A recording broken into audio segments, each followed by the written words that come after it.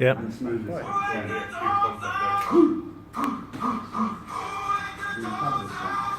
No. This is my presentation. I've done some dog flaps. Oh, okay. Brought to you by Leo Klinsky, which is me.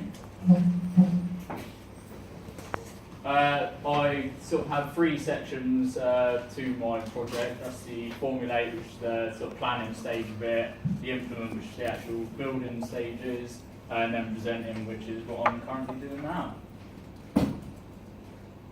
Formulate stage. So initially I tried to come up with some ideas for my project. I had a remote first world igniter, which sort of had to be scrapped due to sort of technical issues with sparks. Electronic spark won't actually ignite a first powder. GPS tracker and the dog sensor came from the fact that my dog often runs away, so I needed a way of either tracking the dog and finding it or not. But these ideas, after peer review with the class, sort of were found to be that they weren't really going to work, mostly for monetary reasons with the GPS tracker, and the motion sensor just didn't completely make sense because the dog was still, running away. I still had the issue with that. So I like the theme of going with my using my dog as sort of something to do with my project. So I ended up having a project born out of laziness, really. Having to get up in the evenings, let your dog out every time onto a wheel or whatever. So my actual idea in the end was to come up with a dog flap that is pretty much activated with an RFID chip, so the dog can come and go as it pleases. So I started developing. In the planning stage, I came up with this Gantt chart plan, just to help me stick to schedule. I did overrun in places. This was my original one. I decided to revise it, so I felt like I didn't sort of give myself enough phases to stick to, give me a bit more structure while I was working to it. So I put in a few more phases, and I actually also elongated the testing phase because I found it easier to test as I built it, each individual electrical component, just to make sure they were working. The stakeholders, primarily myself, as it would just benefit me and my family. Otherwise, it was just sort of like the college to do with the project and whatnot like that. This was the initial design.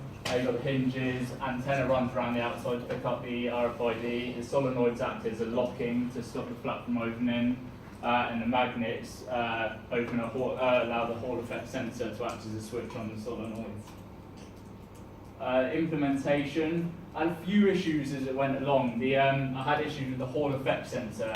Essentially how it works is when the sensor comes close to a magnet, it activates a switch. I couldn't get my program, the coding to work, so I didn't know when I was testing it whether it was working or not. But essentially what happens is you'll have 0 volts across 2 of the pins, and when the magnet's brought near to it, you get the full voltage, which will in effect activate the solenoid. So by using a multimeter, I could visually see it without using the code to actually prove it. Couple of other issues with stability. This was the rig I built, because obviously I needed to show it off at an exhibition at college. So I needed to build a rig. Obviously couldn't bring in my front door or any back door. So I built a rig, put some feet on it, but it's just for stability reasons. Another issue I had was the antenna has to be quite tightly wound. And I wound it around some nails in these 4 corners. I found it wasn't quite tight enough, so I just simply used cable ties just to sort of bring them in close enough to get a reading from it. This is the final design build. I've got breadboards here. You've got the 9-volt batteries, which give power to the solenoids. This is in the infrared, so when the animal comes from inside, this will activate it to allow the animal out. But the RFID chip is for when the animal comes in. This is to stop sort of foxes, any other wild animals getting in from the outside and activating it.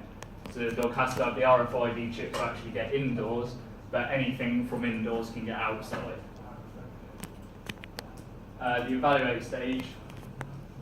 What have I learned? I think I've learned a lot about management of time, sort of management of just sticking to the Gantt chart, or trying to stick to the Gantt chart, and finding when I overrun. I can cut time off other places and just manage it that way. Research, a lot of research had to go in it. I'm not skilled at coding in any way, shape or form, So a lot of research went into sort of the coding side of it and programming the Arduino. And also resourcing. I had a couple of issues resourcing some of the materials. Initially I was going to use an acrylic sheet for the flap, but I ended up going and buying what was an existing cat flap sort of thing and developing that to use that instead. The good sides, probably confidence, built a lot of confidence just knowing, you know, I could actually do something like this. I've never really attempted sort of projects of this sort of caliber before.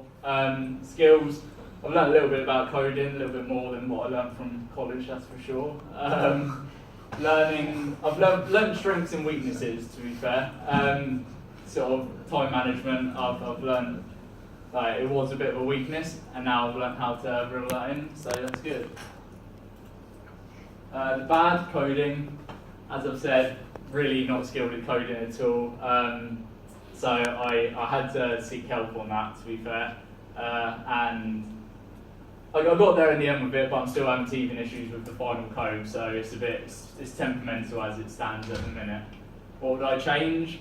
If I did it again, I would actually bring somebody in who is knowledgeable about coding, and they could actually assist with that during the build phase. And I'd have someone with the knowledge rather than struggling through it myself and trying to find, as it went, success or not. I'm still not sure as to whether to call it a success because it's still having teething issues at present. It doesn't constantly work. Sometimes it does, sometimes it doesn't. And it's down to the code, and there's something in the code that checks out, but it's not perfect. That's my project. Thank you very much.